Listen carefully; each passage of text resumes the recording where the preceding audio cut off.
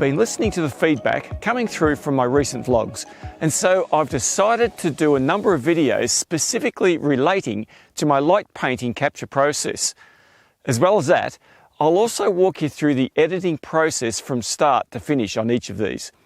Some of the nightscapes I'll be shooting will be quite simple in nature, while others may be a little more complex, but the process is pretty much always the same. Alright, now first up, we're going to be shooting this little old Austin A30, and my plan for tonight is to shoot star trails. Now, incorporated with the star trails, I'm going to shoot some light painting frames, and I'm going to do my fine art light painting method. Now, this is something I do a lot, and for this little old girl, I reckon it'll come up quite well. Okay, so here we go. I've got the camera set up on the tripod, as you can see, very low down to the ground. Now, the reason that I've done that is because I want to maximize the amount of open sky behind the Austin here. And if I didn't do that, then I know there's some trees down the background. The Austin could get lost a little bit with that silhouette of the trees in the background. So that's my plan. So what I'm doing, I'm using a Nikon D750, and I've got the Sigma 35mm art f1.4 lens. A little bit unusual to be shooting star trails with a longer lens like a 35mm, but I want to try something a little bit different tonight. The first thing I'll be doing is setting focus. So I'll be putting the live view screen on and focusing on the stars in the background. So I'm zooming in using the live view screen at the back. When I see some stars, I can turn the zoom ring until they're in focus, which I can see they are. You won't be able to see that, I don't think, on the screen, but I can see that. And zoom back out again. It's as simple as that. With this camera and lens combination, it's really easy to find focus. Then my method is to, once I've found focus, is actually to frame up, as you can see, the car framed up now where I want it to be. So that's the sequence of events. Now I'm going to enter the settings into the intervalometer. But before I do that, I want to enter the settings into the camera. I've decided to make the aperture f2.8. Now the shutter speed is obviously going to be set to bulb because I'm going to be taking a number of exposures. And the ISO, I'm going to set that down to 640. So that's the camera settings. Now let's look at the intervalometer. Okay, the settings on the intervalometer. So firstly, I'm going to have a 2-second delay at the beginning. Then I'm going to set how long I want the shutter speed to be open. Now for me, I'm going to set this at 3-minute exposures because I like that particular setting for my star trails, and I'm going to shoot a number of them. Something a little bit different tonight. What I'm going to do, and I'll show you in just a moment.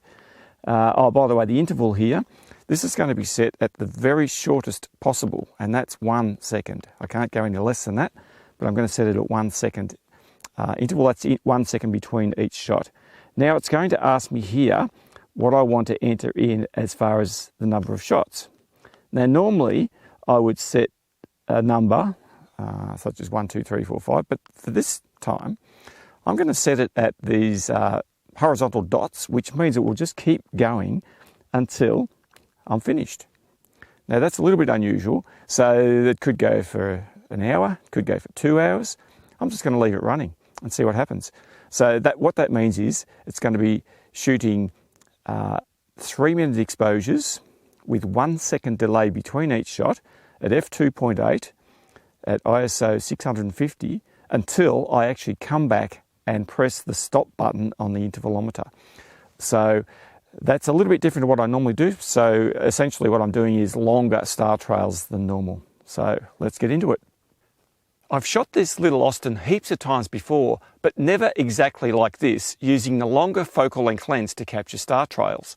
So after the star trails have been captured, I'll get onto the light painting process, being careful to not move the camera or tripod. All right, here we go. So we've got our star trails, and that's taken quite a while. It's been shooting up here. Now what we're going to do is turn our attention to light painting the little old Austin. So I'm going to show you how I do that, so let's get into it now. Okay, now one of the other things I'm going to do is put a light inside the car.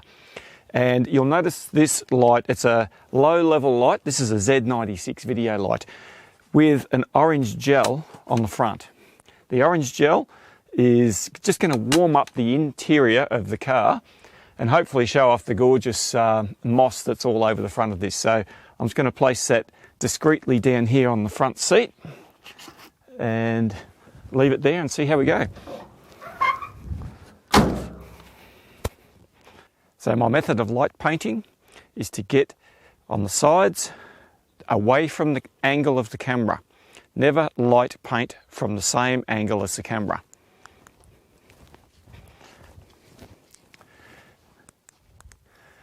And when I'm doing this, I'm releasing the shutter with a remote release, which is in my pocket, so I can do it from a distance from the camera.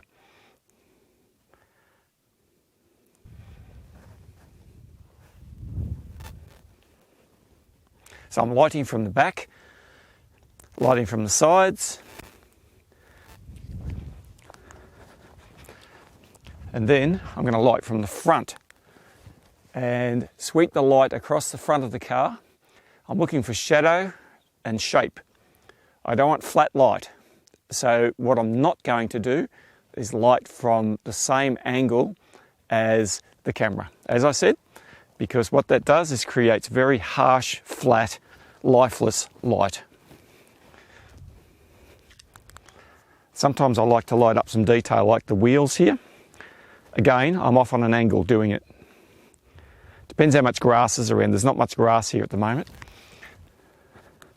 Okay, now here we go. This is the question I get asked more than any other, I guarantee it.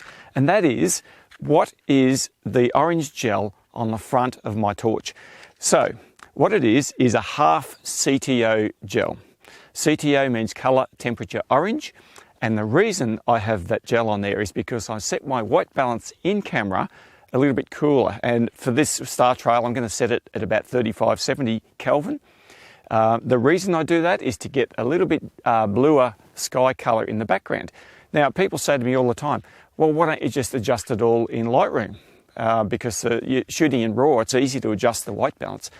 Yeah, sure, I can do that. But whenever I'm doing light painting and I'm trying to blend foregrounds and backgrounds together, especially when I'm doing a single shot, which I'm not doing in this case, but when I do a single shot, it's far easier to balance the colour out when you're shooting in the field. So that's what I do. And all I've done is taped it on the front of the torch with black electrical tape. Now, I don't know if you can see this, but I've got a little piece of it right here. It's transparent half CTO gel. And in Australia, the part number for this is 205, okay? And I bought this on a sheet. That's all I've got left, just this few inches of it. But it was a sheet, a massive size, and I've just cut progressively. I keep giving it away to people. That's why I haven't got any left. But that's what it is, 205 half CTO gel. Okay, well, I think the capture process is complete. Let's get back to the editing room to have a look at what we've got here. Okay, well, here we are back in the studio, ready to have a look at the post-processing of these star trails. Now, before we get started, full disclosure, when I got home last night, I was pretty tired, but I had a quick look at the images I took, and lo and behold, I found out that somehow I must have bumped the tripod between the star trail shots and the light painted foreground shots. So that causes me a whole lot of headaches, and I was almost at the point of totally cancelling this video and having to go out and reshoot the whole thing again. But I think I've recovered it, and I've done a bit of work with aligning the layers up. This is not ideal, and it's not really something that I want you guys to have to go through. So I'm going to skip over a lot of that because it'll just be too long if I try and explain all of those steps. So I'm going to try and show you how it all works without having to go through the bother of going through all those details. So let's have a look and see how we go. Okay, well, welcome to Lightroom. I've got it opened already because I'm trying to save a lot of time with this video. And you can see down the bottom, at the beginning here, I've got 1, 2, 3, 4, 5, 6. These are the light painted layers, and you can see one there on the screen. Over here, on all of these ones that are selected down the bottom here, there's actually 77 exposures for star trails. Now that's way more than I normally do. You can see they go all the way to here. And I probably got a little bit carried away last night, and that's the problem with, that caused the problem, I think, with moving the tripod and getting these other layers out of alignment, but never mind. So I took 77 3-minute exposures, and that's a total of 3 3/4 hours worth of star trails. So I've got them all highlighted. So my next step, before I do that, if you have a look here, you can see the adjustments I've made here in Lightroom. Pretty basic adjustments, really. Just a little bit of extra exposure, dropped the highlights a fraction, added some whites. For the foreground layers here, I've added some clarity, which I didn't do for the star trail images. And the only other thing I've done is added, as you can see here, profile corrections, lens corrections, and noise reduction. So I've put some noise reduction into all of those images here in Lightroom. And so far, that's all I'm going to do. So the next step, whilst all of those images are highlighted, you can see that all the ones that are highlighted, I just right click on one of them, go up to this little tab here that says Edit In, go right down here where it says Open as Layers in Photoshop. So we click on that, and then Photoshop will open. Now I've saved you guys a whole lot of time because that took about 20 minutes to open on my computer, and that's the reason for that is because there were so many layers. I normally don't have so many layers. You can see all the layers listed over here, and because of 77 star trails, you know, they're pretty large files. They're all raw files, so there's a fair bit of processing happening here. All right, now because of the fact that I kicked my tripod last night, which is very unfortunate, I've had to do some work already on these foreground layers and line them all up. And you can see that if you look at the side of the frame here, you can see that the software's been doing a bit of work just to level everything up. So I'm not going to take you through all that. It's way too time consuming and boring. But you can see here, 1, 2, 3, 4, 5, 6. They're the layers that I've worked on, the foreground light painted layers. And I've already added layer masks onto them, but I've got them turned off at the moment so you can't see what's going on. Apart from that, the layers underneath, you can see all of these ones down here, they're all the star trails. So all of those star trails. Now, to make this work, what I'm going to do is, I'll just show you what I've done with these layer masks. I'm just going to enable all these layer masks by right-clicking on them, and you can see what's happening here. You can start to see over here the light painting, etc., the things that I've been working on. And you can see there behind the first of the star trail layers that's underneath. But the thing that you will notice mostly is just how untidy this is around here. I've done a really rough mask, and that's what these layer masks are here.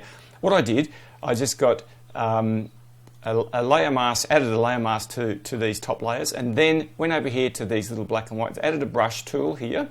And then when you select the brush tool, you go up here to the size of the brush and the hardness of the brush. So there's soft brushes and hard brushes. But just say, for example, I wanted a hard brush. I click on there and you can see the brush is selected here in the different sizes. You can see you can make it a small brush or a large brush, depending on what you're trying to do.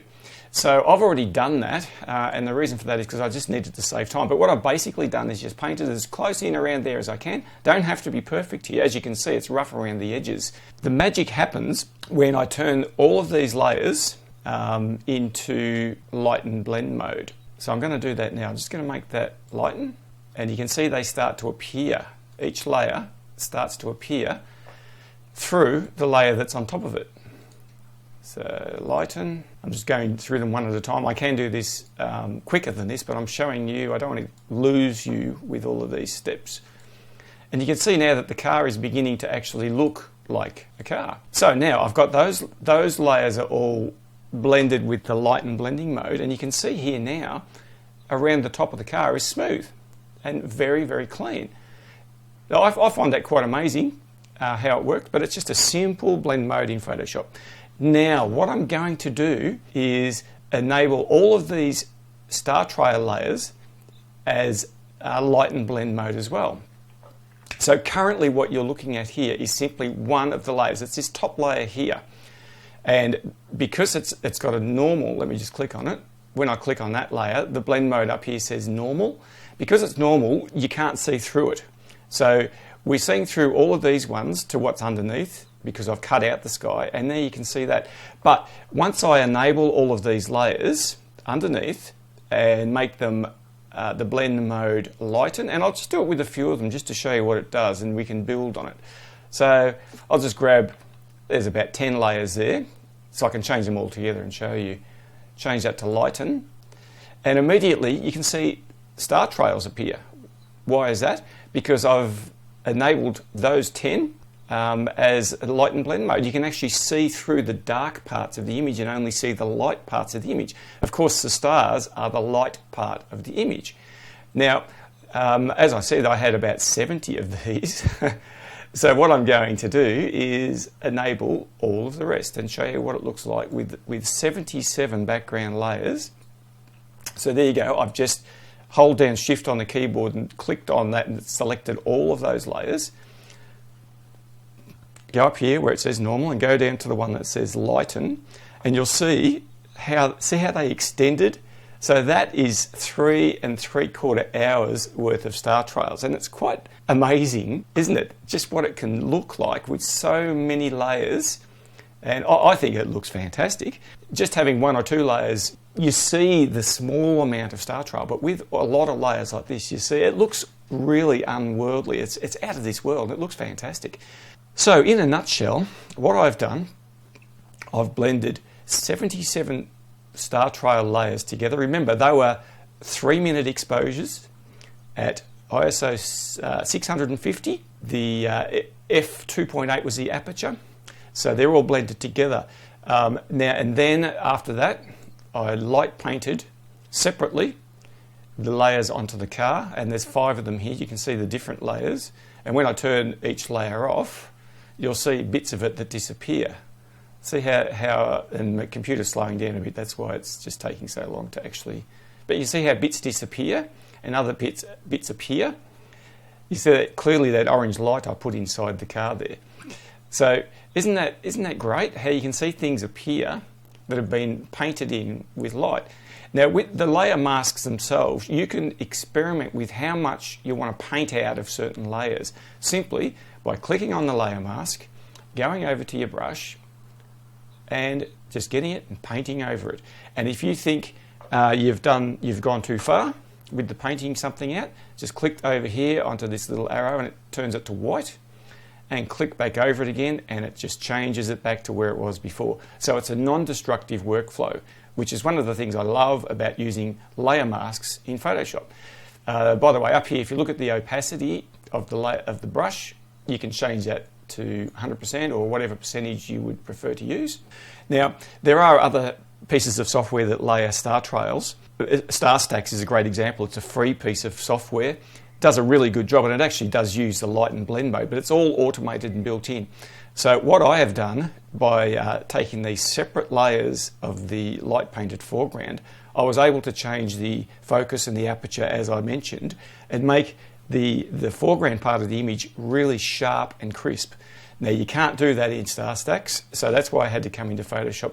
The other thing you can't do in Star Stacks is enable layer masks like this, and you can't see it here now, but when that layer mask was, all of these layers were in there, there were some faint stars in the sky, and I rubbed them out because I didn't want random dots in my sky. I want it to look like this. So I'm wrapped with how this looks. Now, one thing you can do, and I'll briefly show you, is I can grab all of those sky layers, and here we go. I'll just do it by holding down Shift on the keyboard and selecting them all. Okay, so you can see what I've done here. I've selected all of the star trail layers, and now all I have to do is simply drag them down to this little box down the bottom, which creates a group. Okay, you can see they've all been put into a group. If you open that little arrow, you can see that there's all of the separate layers are in there. So the thing I'm going to do now is add curves adjustment layer on that group. So it's not affecting anything that's above it. It's just affecting what's under it, which is all of the star trails. Now, I'm just going to put a really simple little S curve here, and you can see what happens when you drag down, you create this contrast curve. So you've got just that little bit of extra dynamics in the image there, and it's sort of given it a little bit more punch, I think. take the curves layer out and it takes it back to where it was, put the curves layer back in, and you can see that it's just got that little bit extra punch to the shot. And I think I like it better with just that little bit of extra punch. Okay, so now that we've finished all the editing that's required here, this is a massive file size and I really don't want to save that file size that large. So I'm going to flatten the image. You might cringe when you see me do this, but I just did it, so it's too late now. That's one layer, it's gone back to 143 megabytes, which is very manageable. I would suggest if you want to do re-editing later, or if you're not certain, just save it as a PSD file and you can come back in, open it up in Photoshop anytime you want. But for the purpose of my illustration, my exercise, I've got so many large files on my computer, it's just too big. So I'm now going to cross out of Photoshop. It's asking me if I want to save it, I'll say yes.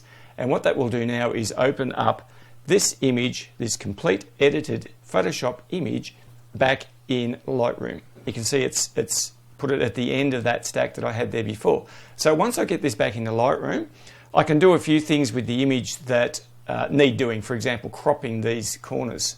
I much prefer Lightroom's cropping tools to Photoshop's. So what I'm just going to do is get rid of those edges, like so. Keep maintaining the aspect ratio. So I'm just basically getting it so that I'm not losing too much of the image. There we go. Crop it out. Bob's your uncle. I like that. One of the things I sometimes do is darken with the gradient tool here. You can see what I'm doing. Just creating a little darker corner. So I'll do it here just to show you this. I've done this on a lot of my videos. I guess it's just one of my signature parts of my editing workflow. So if I press F on the keyboard, now you can see what it looks like full screen. Very clean image. If you look at the front of this car, crisp as anything, stars, sharp. There's no noise in this image. There's a lot of images layered. Foreground grass, all looks fantastic. So I'm really pleased with that. And that's how we edit this image in both Lightroom and Photoshop. If you really didn't want so many layers, you wouldn't have to edit all 77. I never really shoot that many. And why did I last night? I don't know. I just felt adventurous. But you could do 20, you could do 30, you could do 10. It doesn't matter. The point being, this is the process, and I'm very pleased with how that's come up. So, what are your thoughts on the edited image? I'm always really keen to hear what you guys have got to say. So, I'm happy for you to leave a comment below, and I'm always keen to answer any questions that you might have. If you'd like to subscribe to the channel, I'd be delighted to have you on board. If you click on the bell next to the subscription logo down the bottom, you'll be notified when new material is uploaded. Once again, I thank you for joining me. I really do appreciate that. So, I'll look forward to seeing you guys soon.